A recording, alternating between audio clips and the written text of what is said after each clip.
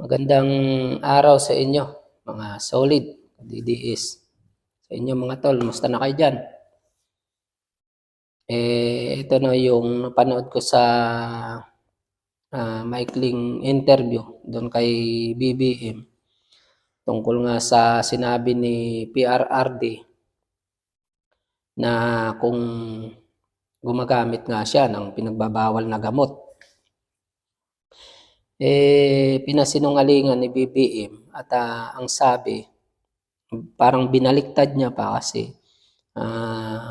Tatay Digong daw ang gumagamit ng drugs na 5 to 6 years ago na.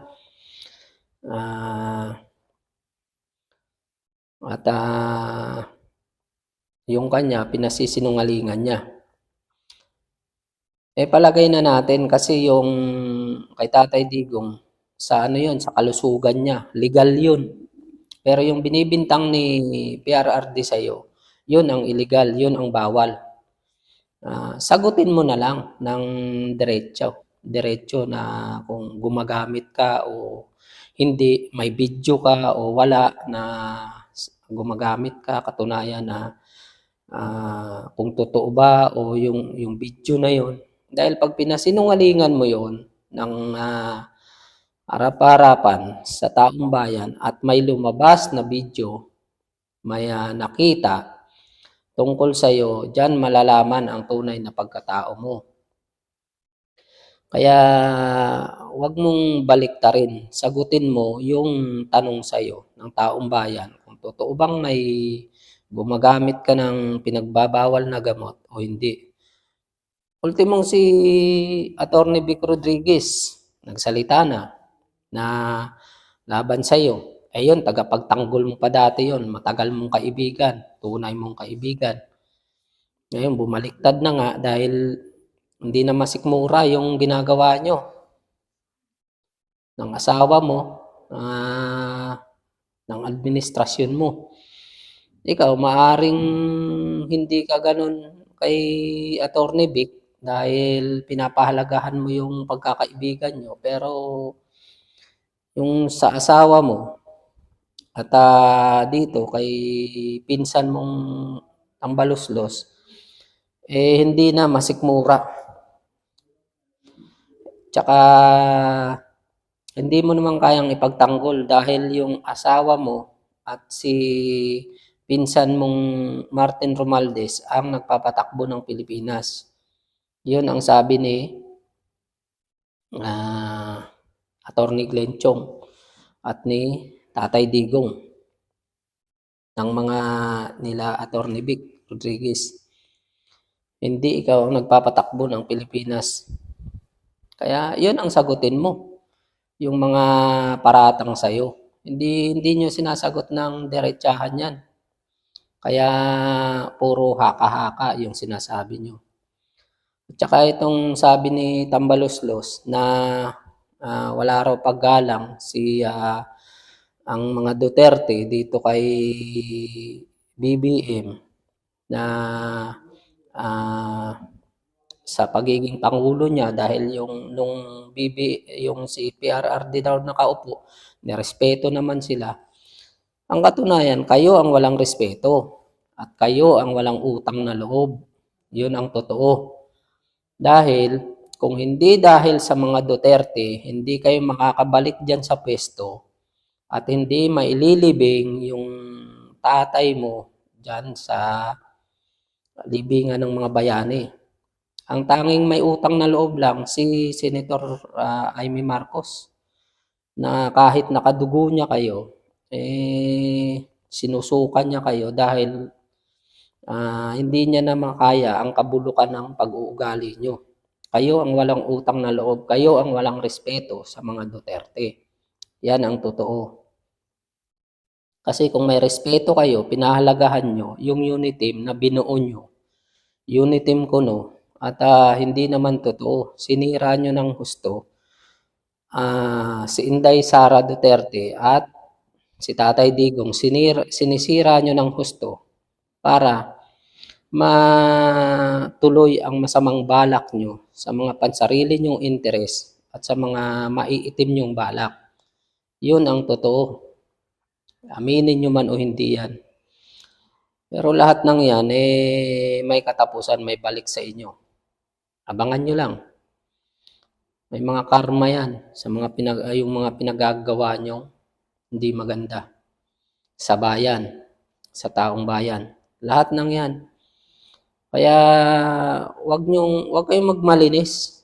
Dahil alam din naman namin ng mga taong bayan kung sino ang nagsasabi ng totoo. At yung sa kick-off rally nyo, may attendance yun eh. Si Atty. Vic Rodriguez na mismo ang nagsiwalat, nagpatunay na kaya dumami ang tao ron, mga kawani ng gobyerno kasi may pipirmahang attendance, may allowance. Takot naman siyempre, kahit sino naman, trabaho. Takot na mawala ng trabaho. Kaya kahit mali, susundin nila. Pero ang totoo, sa puso nila, labag sa kalooban nila yun. Bibihira lang siguro, iilan lang doon yung may kagustuhan na talagang may gusto sa inyo. Yun, yung mga lahing tiwali rin, lahing magdanakaw, lahing gahaman sa pera at kapangyarihan. Yun ang totoong may gusto sa talagang pumunta ron. Pero yung iba ron, labag sa kalooban nila yun. Kasi nagmamalasakit lang sila sa iniisip lang nila ang trabaho nila at na baka mawalan sila ng trabaho. At tinanggap na rin nila na dagdag kita na rin yung sinabi ni Vic Rodriguez na may allowance silang matatanggap. Dagdag kita rin yun para sa kanila. Kaya kahit alam nilang mali,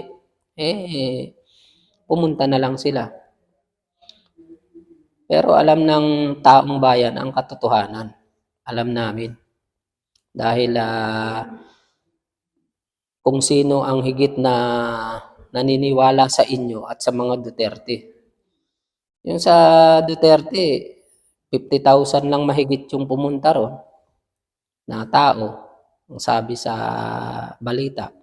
Pero, yun naman, talagang bukal sa kalooban nilang pumunta ron.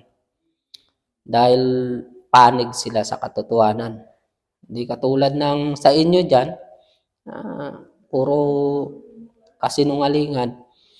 Yung speech mo pa, BBM, sabihin mong bawal ang tamad, bawal magwaldas ng pera. Hindi ba katamara naman yung nakikita ng taong bayan sa'yo?